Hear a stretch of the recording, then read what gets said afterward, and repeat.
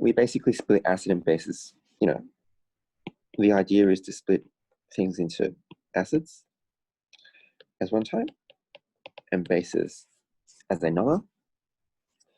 Now, historically, we had grouped some certain things as acids, and we would note, for example, that based on their properties, they would generally taste rather sort of sour, so kind of like vinegar, because vinegar is an acid.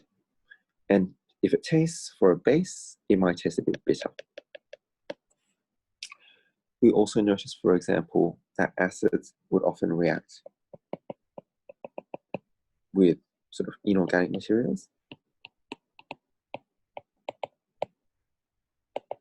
So we have things like noticing that acid reacts with metals, acid reacts with carbonates. But in general terms, we basically notice that certain things reacted with metals in similar ways, and so there were sort of acid reactions. And of course, bases we notice reacted with acids as well, called neutralization, which is acid plus base to give you salt plus water. Now,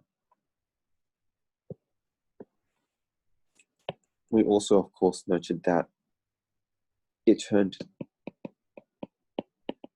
blue litmus red. Bases turned red litmus blue. And we also kind of developed a scale which simplistically, you know, in junior high school, we would describe as if pH is less than 7, it's an acid.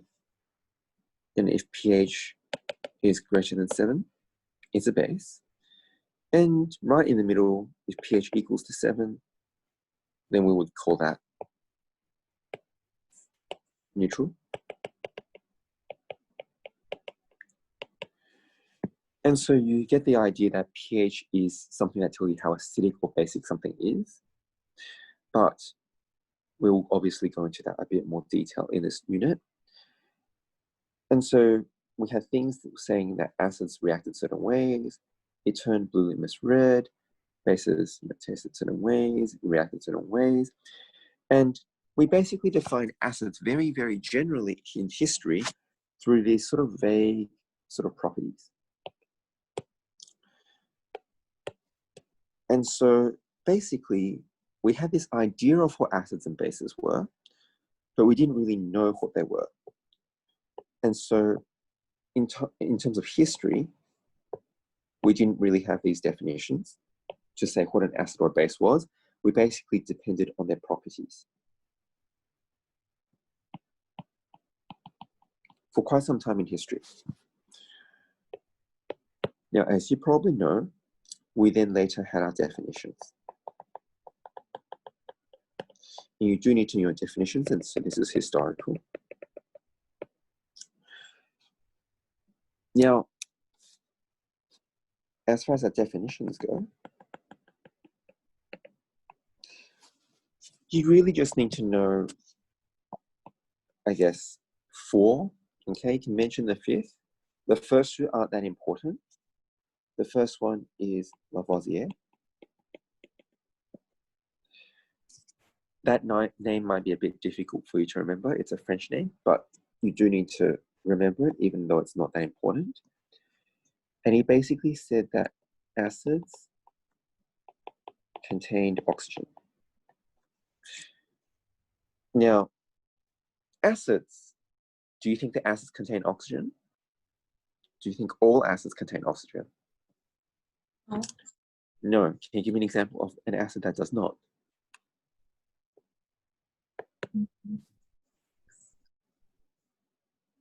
HCl. Right. So clearly we know it's not right. And that's true. It was proved to be wrong. But not true. Well, not always true. So it's not a good definition, e.g. HCl. And so Lavoisier was wrong. But he was the first person to try to define an acid, to give a definition to acids, as opposed to say, acids have certain properties, okay? So instead of saying something that does these things, he was trying to define it sort of at a molecular chemical level. And at the time, he thought that all contained oxygen. Now, we clearly know that's not true, but actually we know the reason it's not true. The person who proved him wrong and found that HCl was HCl, because at the time they didn't know it was, HCl. We're talking a few hundred years ago. The person that proved him wrong was Davy. Okay, so Davy then basically said that acids contained replaceable hydrogen.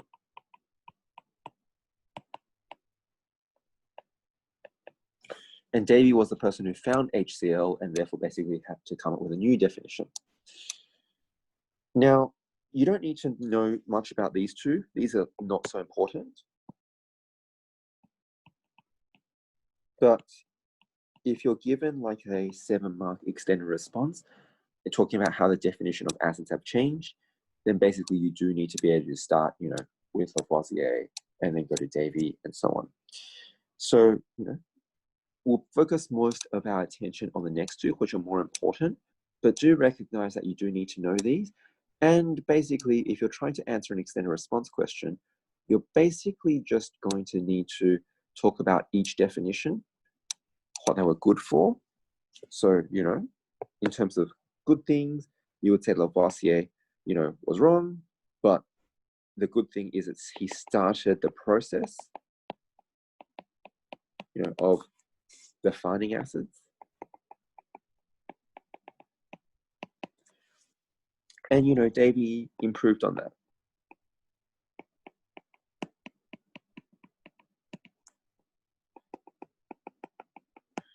And you really don't need to spend much time talking about Lavoisier or Davy, maybe just like 2 or 3 lines, basically, at most.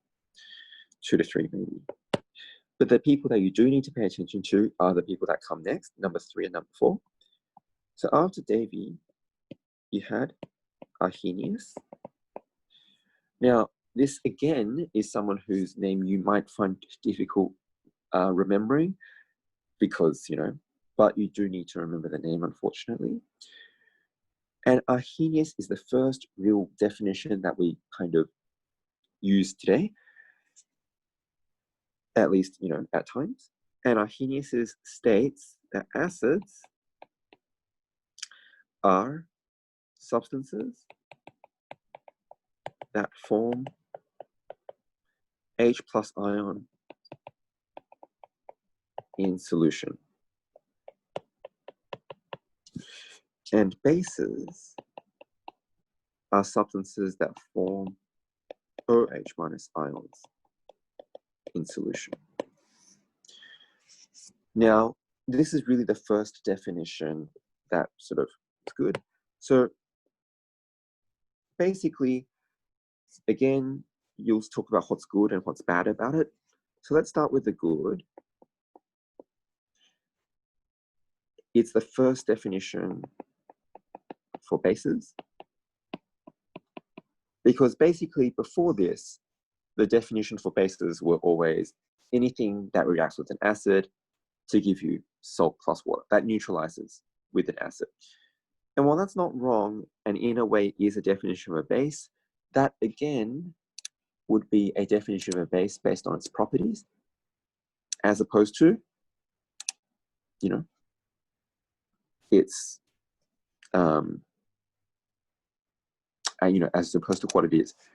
Speaking of properties, I should probably add that bases often sort of feel soapy. Okay, and acids, often are sort of corrosive, and bases are often caustic. So these sort of basic properties you've done in junior high school and year 10 and so on, you can read them and just kind of get the feel for them, but it's the sort of later material that is more often tested more directly in year 12. So your Arrhenius, acids that form H+ ions in solution, bases form OH- ions in solutions. And the good thing is it's got a definition for a base. It, allows us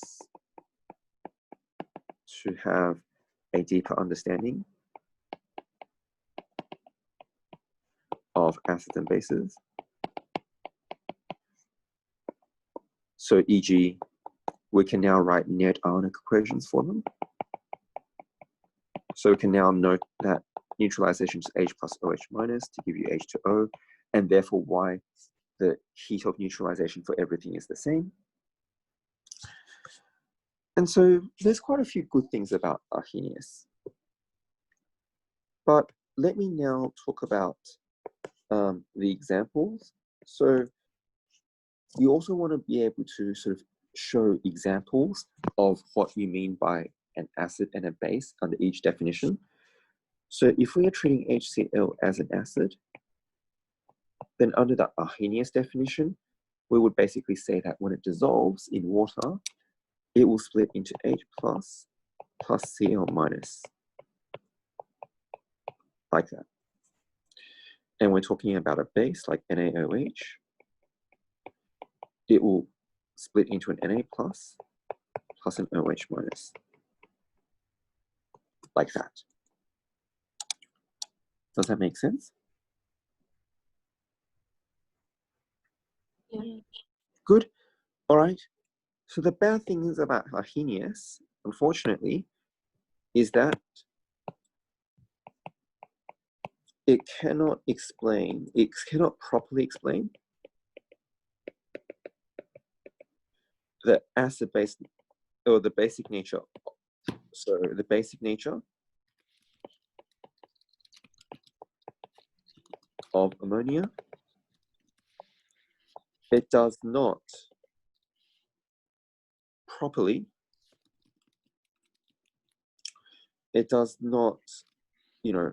take into account the role of the solvent in the acid ionization. So for example, if you've got a substance that ionizes in water, but it doesn't ionize in hexane, like in a different solvent, you put the thing in something else, then it doesn't really sort of make it clear. And so the key sort of issues of the Arrhenius is that the solvent sort of plays a role, which we don't really acknowledge here. We just talk about the H plus ions in solution. But whether you get an H plus ion itself depends on the solution, the solvent that you put it in. So it's a bit problematic there. Okay.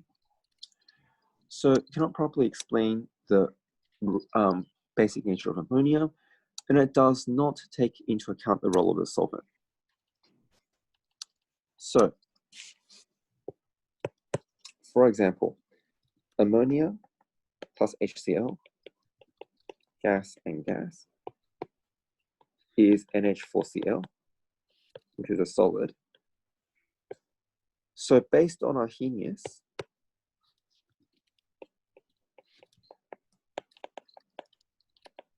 it's very hard to say this is acid and base. This is not acid and base.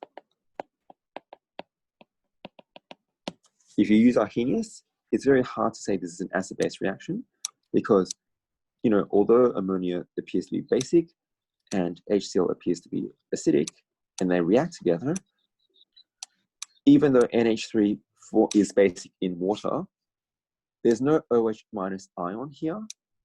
Also, it's a gas, so there's no ion. HCl also is a gas here, so also no ion. So we understand that HCl, is acidic in water, and NH3 is also basic in water. So you can think of this as acid plus base to give you this and neutralize, but it's a bit problematic because here there's no ions involved. They're both gases. And also they're not, you don't see an OH minus. But because they are sort of acid and base in water, we want to classify them as acid and base, but we can't really using this definition.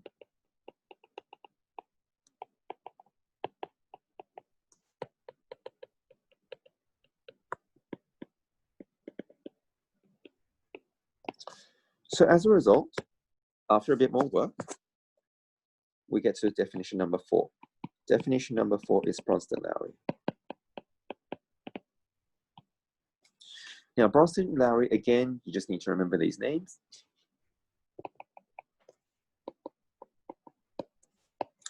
Bronsted-Lowry are two different people who developed the same theory independently.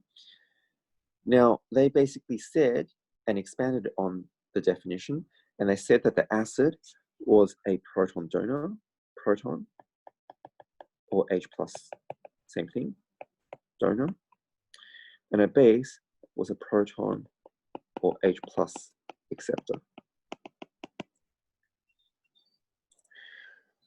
So as an example, if we still use HCl, and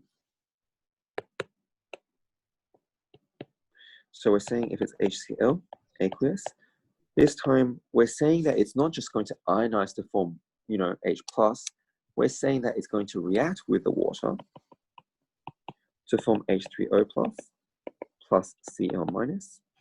And also we're saying that in this case, the HCl is the acid. It will give an H+ to the water, so making the water become, water being the base, having accepted the proton here, and therefore it will become the conjugate acid of the base, and this will become the conjugate base of the acid. Okay. So Bronsted-Lowry defined acids as things that are going to donate a proton, and bases are things that accept a proton. So in very general terms, we're basically now saying that you end up with an acid plus base reaction.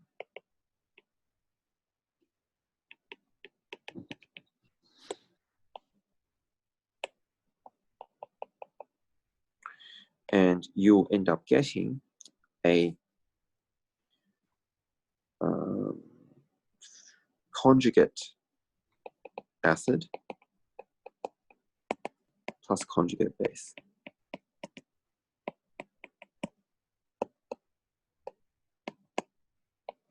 So basically the acid, whatever it is, donates an H+ to the base. That will make the acid become the conjugate base of itself, and the base will become the conjugate acid of itself. Is everything clear here? No. No? All right. What's not clear so far? You said not everything's clear. So what's not clear? Everything is clear? Is everything clear? Yeah. Okay. So that's Bronsted-Lowry. Now, we kind of, I suppose, want to talk about the advantages and weaknesses of Bronsted-Lowry as well. So basically, Bronsted-Lowry's advantages, or good things about it, it expands upon Arrhenius's definition. So basically, all Arrhenius acids and bases are Bronsted-Lowry acids or bases. Now, then it considers the role of the solvent,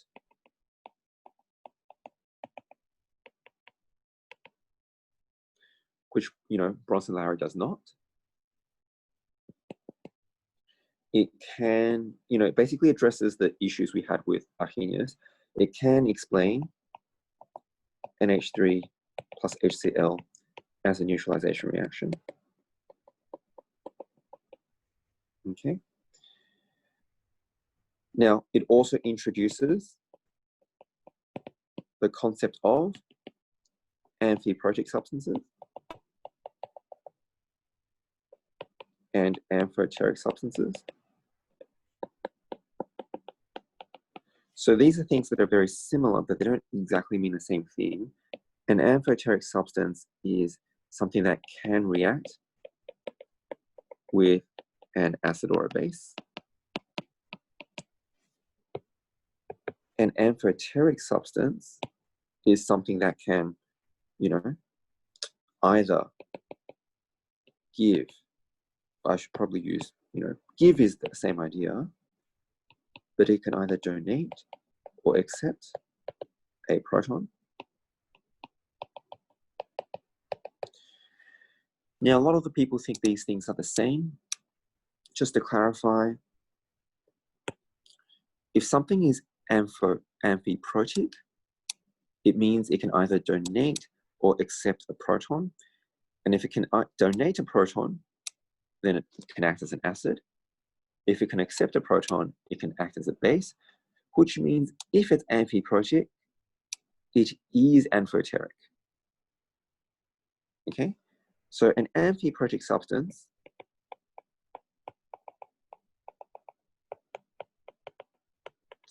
is amphoteric. But an amphoteric substance is not necessarily amphiprotic. So let me just give you an example first. So for example, HCO3 minus, it can either accept H plus to become H2CO3, which is the conjugate acid of itself, or it can donate H plus to become CO3 2 minus. So HCO3 minus is amphiprotic. It can do both. And since it can do both, as it is also amphoteric as well, because if it accepts an H plus, it's a base. If it donates an H plus, it's an acid. However, just because you can react with an acid or a base does not mean you are amphiprotic. For example, zinc. Zinc can't give away an H plus. It also can't, so-called take an H plus. It can't give an H plus for sure. So, zinc is amphoteric. It can react with both.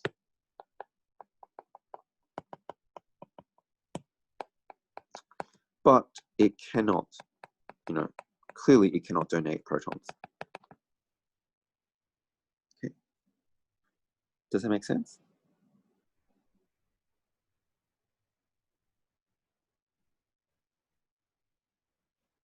Is everything clear here? We have two things. One's amphiprotic, one's amphoteric. Basically, think of it as amphiprotic are part of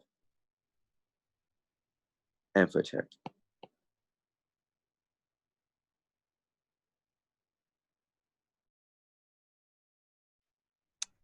But not everything that's amphoteric is amphiprotic. Does that make sense? Yeah. All right. So let's go back to Bronson-Lowry.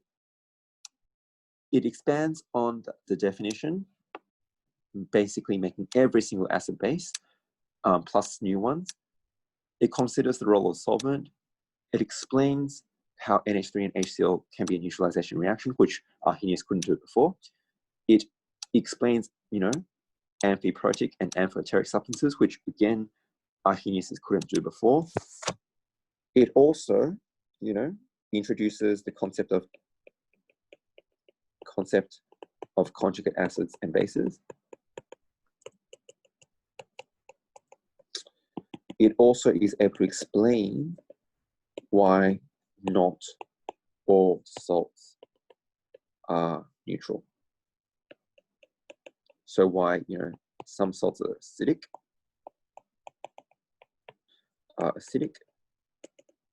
neutral,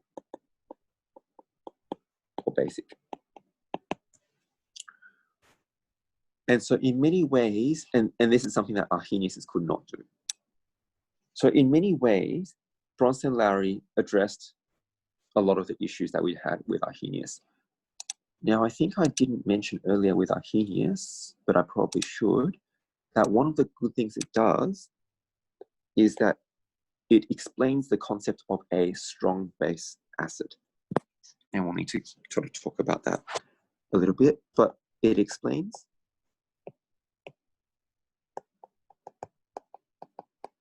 or the concept of a strong or weak, acid or base. All right, so that's Bronson and Lowry. So those are the key things for Bronson and Lowry. Now, if you were to say something bad about it, I mean, bad is relative. But the bad thing about Bronson and Lowry, I suppose, is that it cannot sort of explain or, reactions. So certain reactions, can't be considered acid-base. So for example, BCl3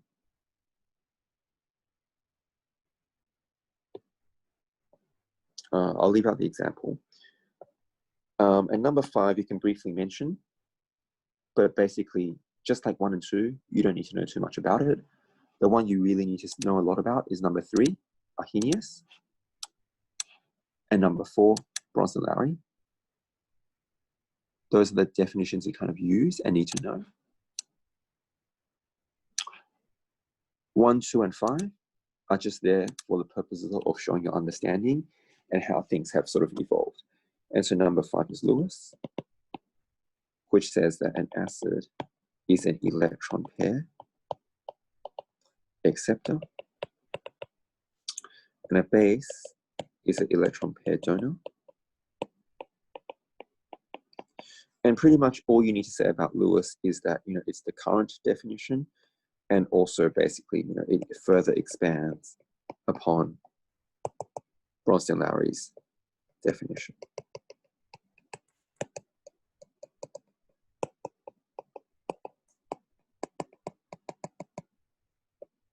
And is even more extensive. Okay.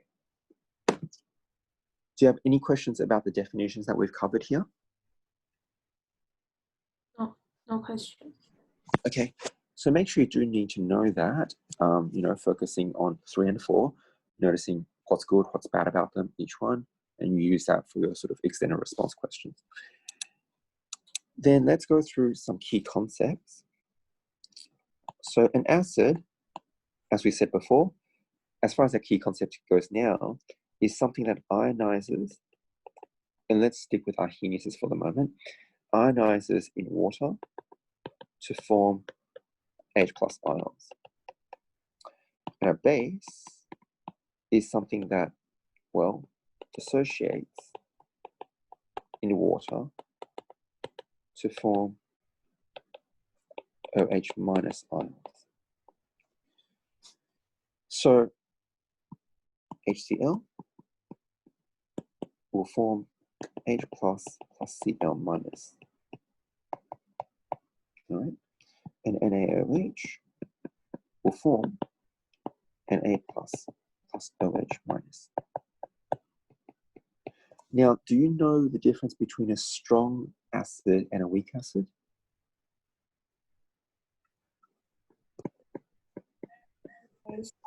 Acid use single error and weak use double. Sorry, use single and use double what? Error. That's Like, true, but do you understand what that means? You're right. So for example, something like H2CO3, we would write this, but can you explain what that means to me?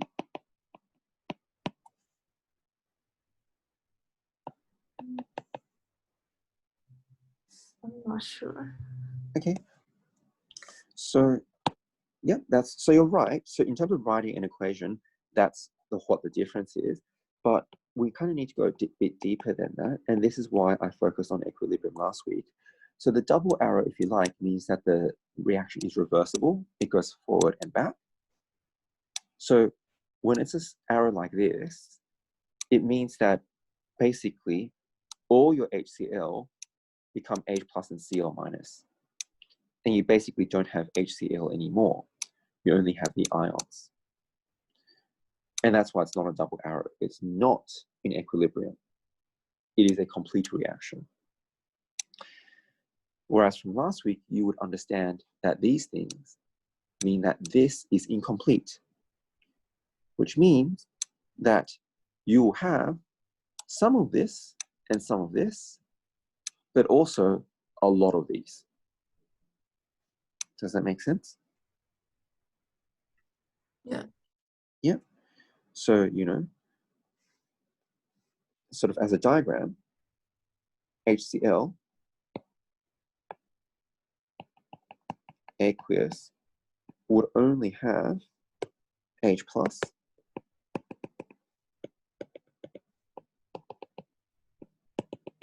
and Cl minus, all separate, doing their own thing.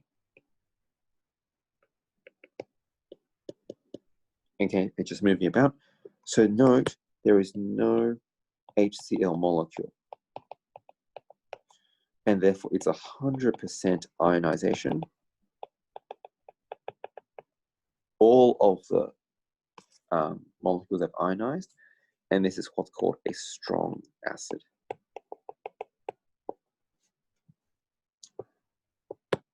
Whereas if you have H2CO3, I might have molecule H2CO3, molecule, and molecule, and might have an H plus and a HCO3 minus. So you'll notice that in this situation here, the key thing is there are HCl, there are H plus ions, but also usually many H2CO3 molecules. So basically we're saying that the molecules exist and there's quite a few of them. So it's less than 100% ionization, usually a lot less. So we're basically saying a lot of the molecules didn't become ions, and this is what's called a weak acid. Does that make sense? Are you clear about the concept of what's the difference between a strong acid and a weak acid? Or does this need a bit more explaining? So basically, it's like saying that when you've got a molecule, it needs to ionize, it needs to separate for it to be considered an acid. So think of it like students, right? If you have 100 students, if you have strong students, then they can all pass the test, right? 100 students, they all pass. You have 100 pass students, like they've passed the test. But if you have a weak students, then if you have 100 students, maybe only 5 of them pass the test, and 95 of them don't pass. Does that make sense? So the 100% ionization is like how many of your students passed. If you have 100 students and 100 students passed, then all of them passed the test and got into the course they wanted. And so that is the proportion, right, of students is what's going to be telling you that. Whereas here, the proportion, if the proportion is a lot less than 100%, then that is going to be talking about a weak acid situation. Does that make sense? Yeah. So we need to really separate out two things. There's the concept of concentration, which is not what we just talked about, and strength, which is what we just talked about. So concentration and strength, they are not the same thing. Concentration is simply, by definition, number of moles of a volume. So it's the number of moles per unit volume. So it represents, how many molecules, so shall we say, it depends on the substance, but how many of those, in a certain volume. So you can think of it like the sort of density. It's the ratio between the number of moles and the volume. But you can basically think of like how many there are in a certain sort of space. So it's a little bit like, population density. How many people live in a certain amount of space, right? That's concentration, which is completely different to strength.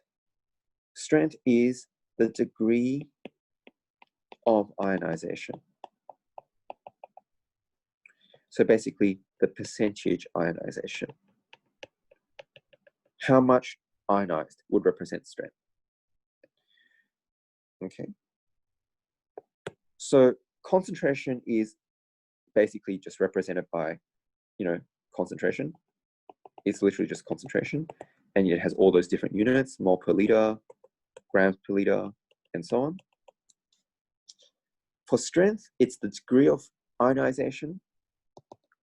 And we would measure it either by percentage ionization, or we would use Ka to represent it, or Kb for that matter, or pKa, or pKb. So these are all sort of things to do with sort of strength. To be perfectly clear, concentration and strength are very different. They can sort of, affect each other, but if I ask you how, heavy someone is, like how many kilograms, versus how tall someone is that the same thing? No. No. Now, someone who's very tall might be very heavy, but that doesn't mean that they're the same thing. It's still a different thing. So just like strength and concentration, you might have ideas about, whether they are related. And in some ways, you can relate them, but more specifically, they are not the same thing, just like height and weight are not the same thing. So concentrated, it can split into concentrated or dilute. And you can most definitely have all of these situations, all four situations.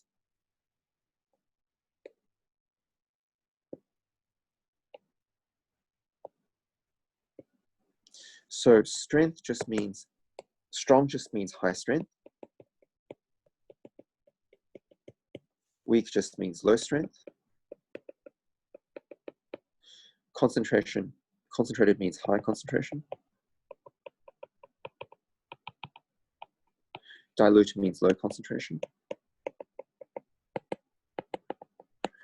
Concentration depends on your, just whatever this value is, that's what concentration is. So for example, if I say I have 2 mole per liter, 2 mole, let's just, I'll just go with 1 mole per liter. Let's say I'll call 1 mole per liter concentrated. If I say 1 mole per liter is concentrated, then 1 mole per liter is concentrated. And dilute, let's go with, say, 0.01 mole per liter. If I say 0.01 mole per liter is dilute, then it doesn't matter what acid or base it is. It's just going to be concentrated based on that number or dilute based on that number. Now, on the other hand, whether an acid is strong or weak, or a base for that matter, depends on its percentage ionization, which basically just depends on, what the acid or base is. So let's say that we said that it was a strong acid. Can you give me an example of a strong acid?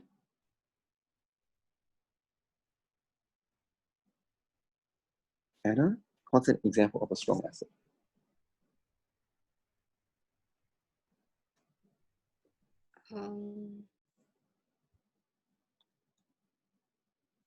Any strong acid. Any HCl. Yep. So as long as we give. So as long as I've got HCl, it's a strong acid. It doesn't matter, what the concentration is, which can change. But if I've got HCl, HCl will always dissociate, basically completely. And so it will always be a strong acid. I can make it as dilute as I want, but it will still be a strong acid. Does that make sense? Yeah. And for example, acetic acid is a weak acid. So I can make acetic acid as concentrated as I want, but it will always be a weak acid. Does that make sense? Mm. Now you will need to understand this concept, so do let me know if you're having any trouble with it. Now, while we've got this table here, I'll just sort of put it here. So strong is high percentage ionization. So, e.g. 100% ionization. Weak is, lower percentage ionization.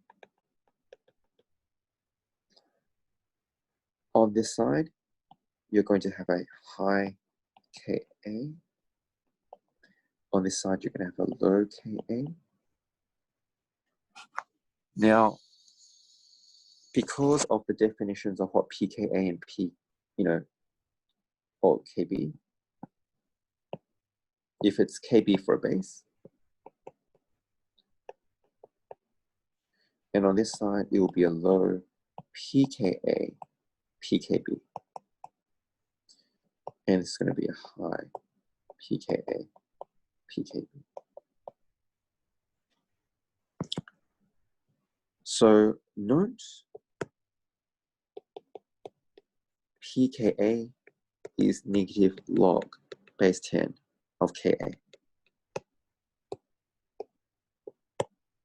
And that's why the higher Ka is, the bigger the number, then the smaller pKa is.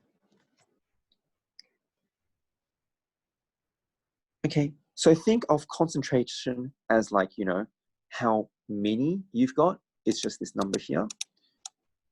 Think of strength as, how strong they are. So it's a bit like, you could have many soldiers, right? Or very few soldiers, and they could be well trained. They could be very good soldiers, or they could be, well, not very well trained. They haven't had a lot of experience. So if you've got lots and lots and lots of soldiers, like, I don't know, 1 million soldiers, and they're all very, very well trained, well, that's your, lots of soldiers and well trained. But I could have lots of soldiers and not well trained. So I could have 1 million soldiers, but they're all, haven't had any experience. They don't really know what they're doing. I still have 1 million soldiers, but most of them don't, can't fire a gun, right? Most of them aren't armed. Most of them can't become an acid. Does that make sense? On the other hand, I could be a very small country with 1,000 soldiers, but they're all very well trained. Or I could be a very small country and also just only have 1,000 soldiers, but they're also not even very well, armed. They don't have, ammunition. Does that make sense? Yeah. Good. All right. So concentration and strength, you need to be very clear on those concepts. They're not the same, and you need to be clear with them. All right. Now, I talked about how strength of an acid is measured by percentage ionization, and it's very similar for base, percentage ionization. So for example, if I tell you I had 100 CH3 COOH, but then later on I had 1 CH3 COO minus, 1H plus, then the percentage ionization here is going to be 1%. So that's one way to measure percentage ionization. To measure strength is percentage ionization. The second way is to allow for, what do you call it? The second way after percentage ionization is Ka or Kb for base. So note that if you've got something that's CH3COOH,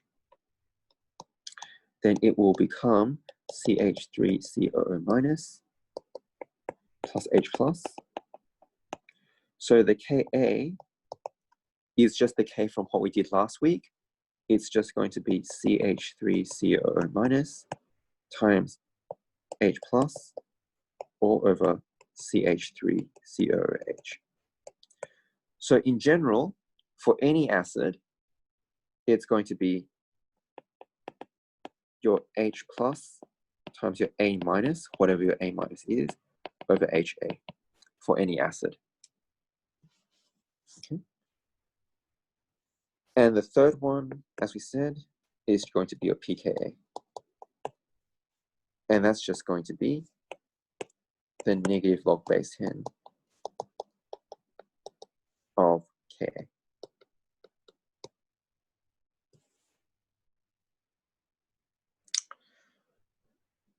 You'll have very similar definitions for Kb, and it might be helpful to remember that pKa plus pKb must equal 14 in water. All right, are we clear of all those things on the strength of acids? Any queries, any questions on this? Can you explain more about number one? Number one, right. So basically, percentage ionization just means what's the proportion that ionized. So think of it like a pass rate. If I have 100 students, right? If I had 100 students, let me do it this way. If I had 100 students and they took a test,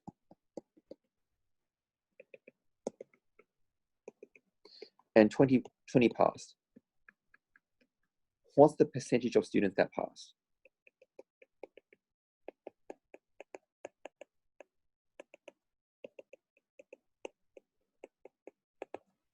What's the percentage of students that passed? 20%. Right, so the percentage is just 20, so that's the passed students, divided by 100, which is the total, which is 20%, right? Now, if I change it to 200 students and still 20 passed, what's the percent?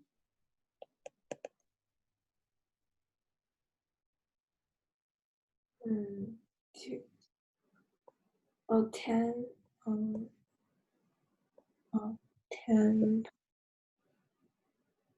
Well, it's 200 passed, right? So it's 20 passed, right? So it's 20 over 200, which is 10%.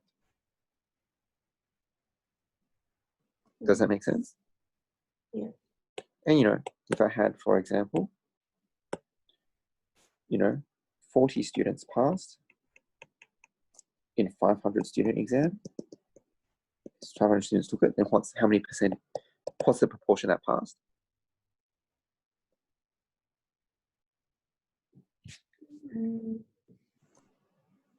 40 divided by 500, which is 8%. Oh, 8%. Does that make sense or no? Like, are you having trouble with what we mean by proportion here? Yeah. I just need to calculate. Oh, okay. So it's the calculation, not. I mean, you can use a calculator for that. I don't mind. So it's not this part that's having you trouble with. Like, you understand this part? Yeah. All right. So then, as far as you know, your percentage ionization is like this one.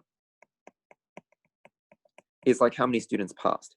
And this here is the concentration of your acid or base. And this is how many ions formed.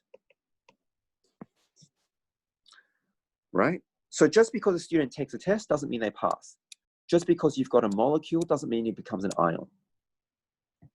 And we need to work out what proportion of these ions, you know, based on how many we put in and based on how many we got, what's the success rate of it becoming an ion? Does that make sense? Yeah. Some become ions. We want to see this proportion, the success rate. That's your percentage ionization. The higher the success rate, which measures strength, right? That's really what strength is. The higher the success rate, the stronger the acid or base. Yeah. Is that clear now? No. No, not clear? No. What's not clear? Yeah. Clear. So is it clear now, or are there still things that are not clear? I understand. Yeah, and Anna, what about you? Yeah, I'm trying to like write them down so like it's a little bit slow to. Okay, sure. All right. You might notice that, you know, I'm recording it as well, so I will try to